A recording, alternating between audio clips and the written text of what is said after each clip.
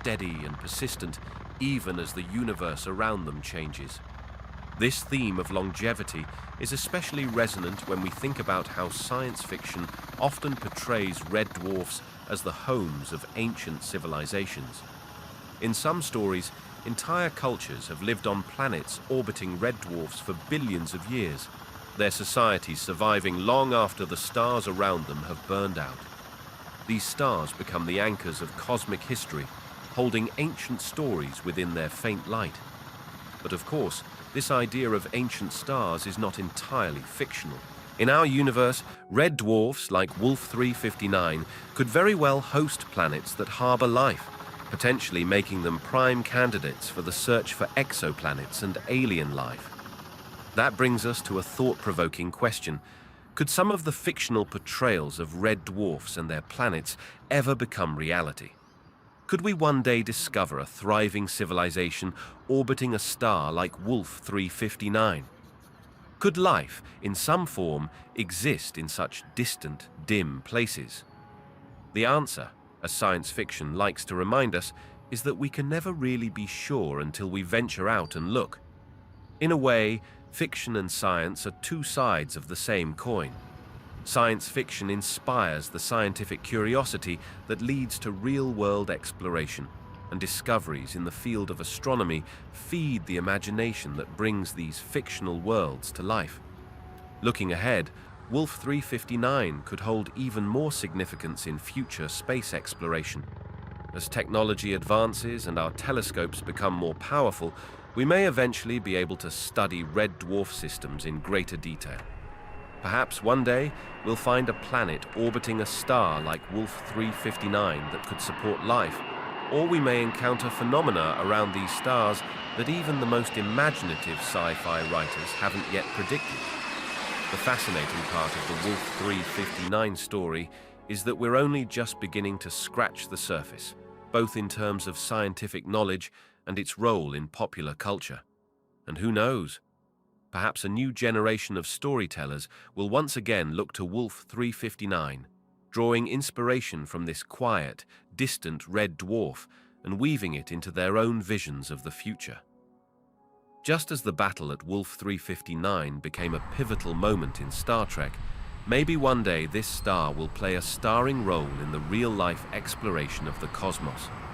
For now, though, it remains out there in the dark, inviting us to dream, question, and explore the mysteries of space.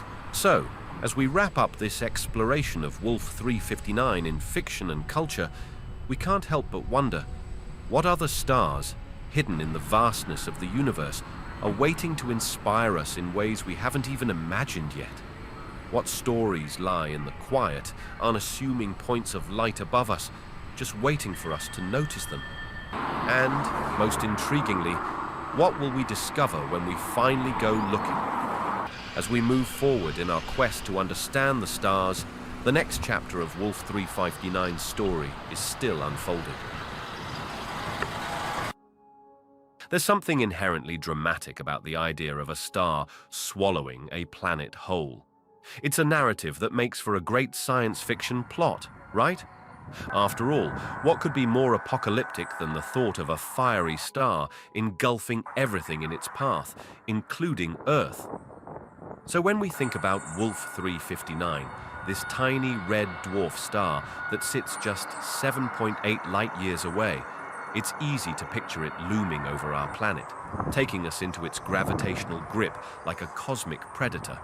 But could it really destroy Earth? Could Wolf 359, despite its size, ever swallow our planet? Let's first take a moment to debunk this dramatic image. No, Wolf 359 isn't going to gobble up Earth anytime soon.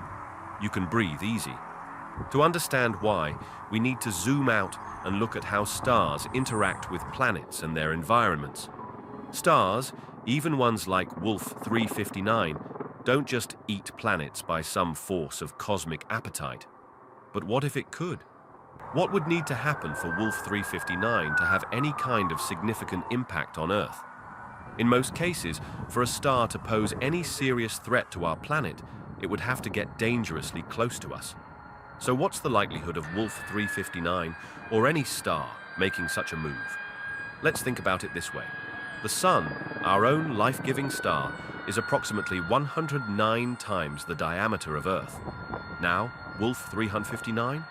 It's tiny in comparison, only about 1/7 the size of the Sun. So, could it grow large enough to actually swallow Earth? Not really. Wolf 359 is a red dwarf, which means it burns at a much lower temperature than our Sun and is far dimmer.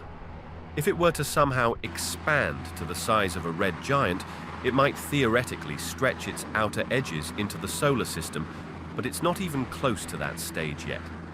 In fact, this type of star has a very long, slow life cycle, so we're talking billions of years before any such scenario could even begin to take shape. Still, let's entertain the idea. What would happen if, hypothetically, Wolf 359 somehow moved closer to us? Even in this far-fetched scenario, there's a lot that would have to align in very specific ways for any real harm to come our way. For one, stars don't usually just wander into other solar systems.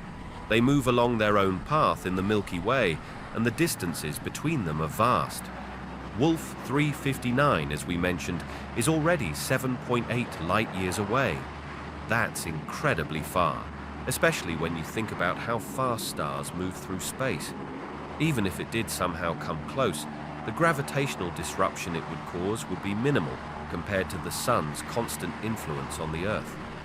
Now, let's shift gears a little bit and think about what might happen if something were to throw our peaceful cosmic neighborhood into chaos.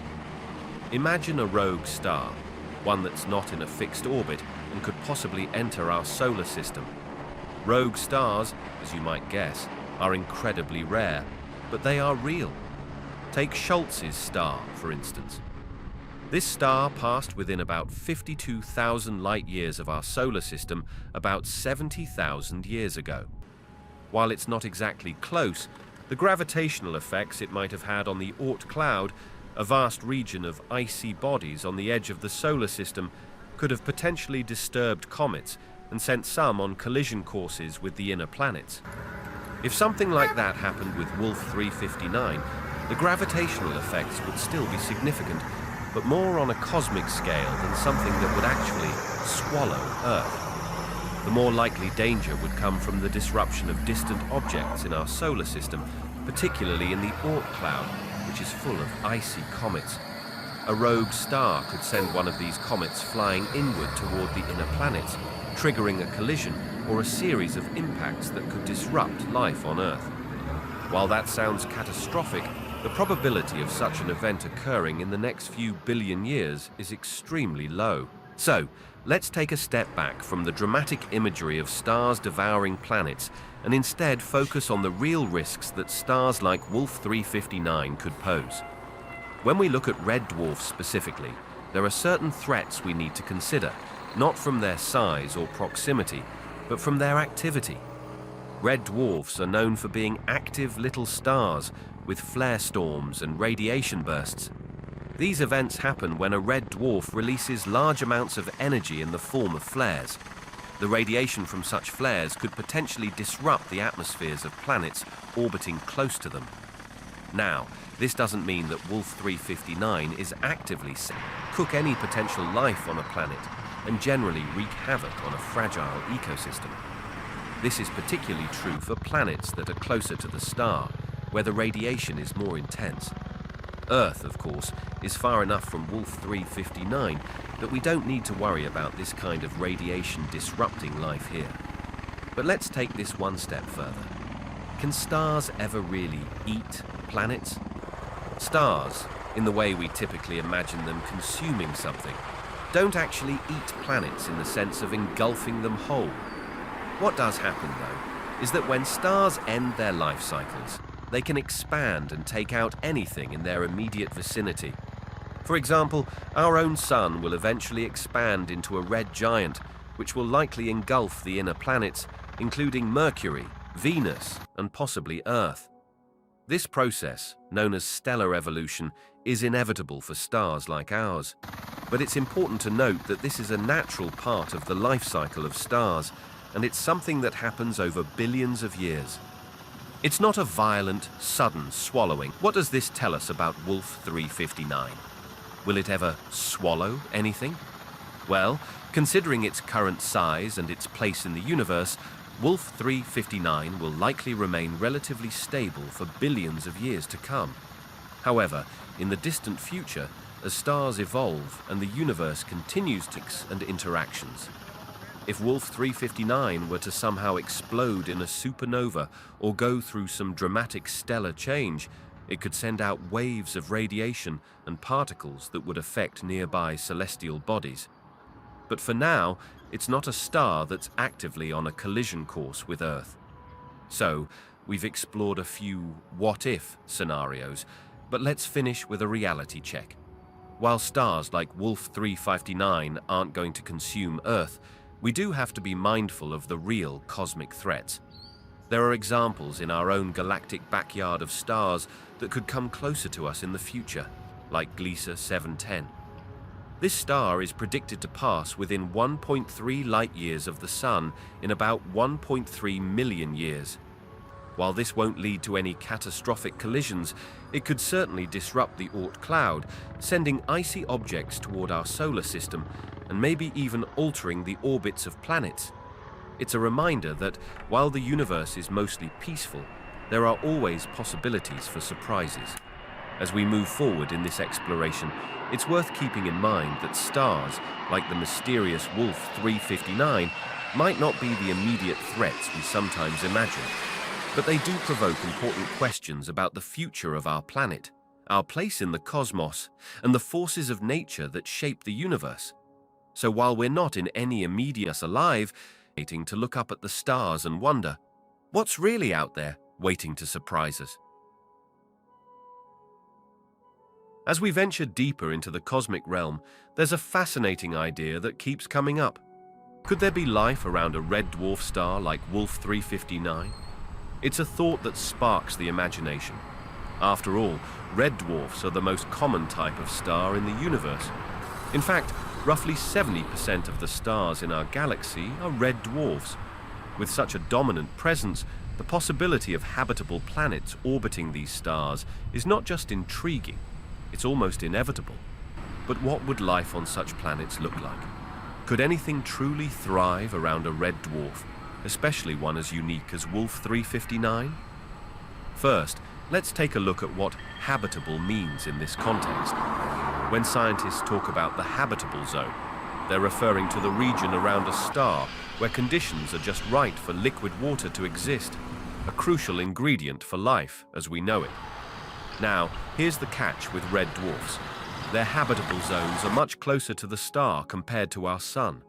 Since red dwarfs are smaller and cooler, their habitable zone exists much closer to them, potentially making the planets in these zones far more vulnerable to other types of dangers. For example, imagine a planet orbiting a red dwarf star, right in the sweet spot where water could exist as a liquid. Sounds perfect, right? But there's a hidden twist. Because the planet is so close to its star, it could become tidally locked. This means one side of the planet always faces the star, while the other side remains in perpetual darkness. On the star-facing side, temperatures could rise to scorching levels, making it a molten, boiling wasteland. Meanwhile, the dark side would be locked in an eternal frozen night, potentially colder than any place on Earth. This makes life, as we know it, very unlikely on either side, unless it's somehow adapted to these extremes. But let's entertain the idea for a moment. What if life could adapt to these conditions? After all, life on Earth has proven time and time again that it's adaptable. From the deepest ocean trenches to the driest deserts, life finds a way. So, maybe, just maybe, some form of life could evolve on the twilight ocean and the challenges of a relatively small habitable zone. But here's another twist: habitable behavior. In fact, they tend to have flare storms, intense bursts of radiation that can wreak havoc on anything living on planets around them. Wolf 359 itself is no exception. These flares can strip away atmospheres, heat up surface waters, and potentially endanger any form of life trying to get a foothold. The frequency and intensity of these flares could vary, but life on a planet orbiting such a star would need to be exceptionally resilient to survive constant bombardment. In a world like this, biological adaptations would need to be extraordinary. Imagine organisms that could withstand constant radiation, perhaps developing tough, reflective surfaces to shield themselves. They could possess unique biochemical pathways that allow them to repair their DNA quickly, much like how certain bacteria on Earth can survive radiation levels that would kill other life forms. Life on a tidally locked planet around a red dwarf might not look anything like the plants and animals we're used to, but it could certainly be strange and alien in ways we can't yet fully comprehend. Now, let's step back for a second and think about the kind of planets we could expect in the vicinity of red dwarfs.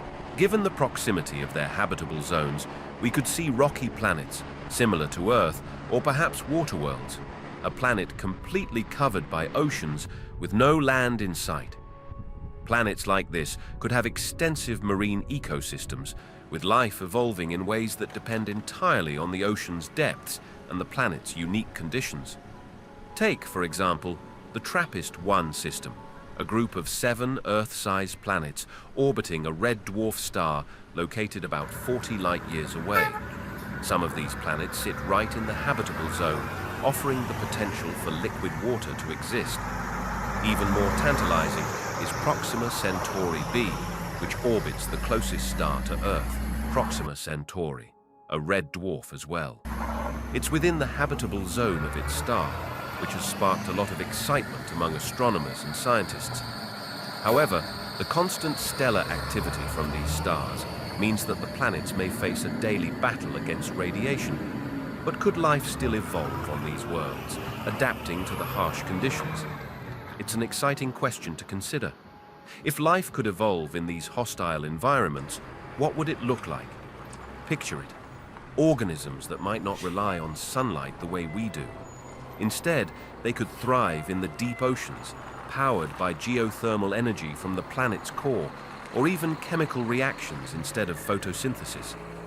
These life forms could be based on entirely different biochemistry, perhaps utilizing elements or compounds we wouldn't expect.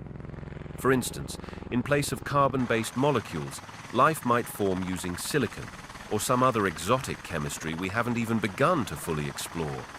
Xenobiology, the study of alien life, could be completely redefined if such organisms existed. But we're not just talking about the potential for microbial life here. What if more advanced forms of life, capable of complex thought and intelligence, evolved under these extreme conditions? It's a mind-boggling thought, especially when considering how such beings would adapt to life under constant stellar radiation, with little protection from their parent star. Would they develop thick, radiation-resistant exoskeletons? Could they live underground to avoid the worst of the radiation, creating whole subterranean ecosystems? The possibilities are endless. And here's something even more intriguing. Imagine if intelligent beings living in these extreme conditions developed a completely different way of perceiving their environment. Without a stable day-night cycle, their sense of time could be radically different from ours. Their communication methods might be based on chemical signals rather than sound. The way they structure their societies and interact with each other could be unlike anything we've ever seen. Life in the twilight zone of a tidally locked planet would likely be as bizarre and alien as we can imagine.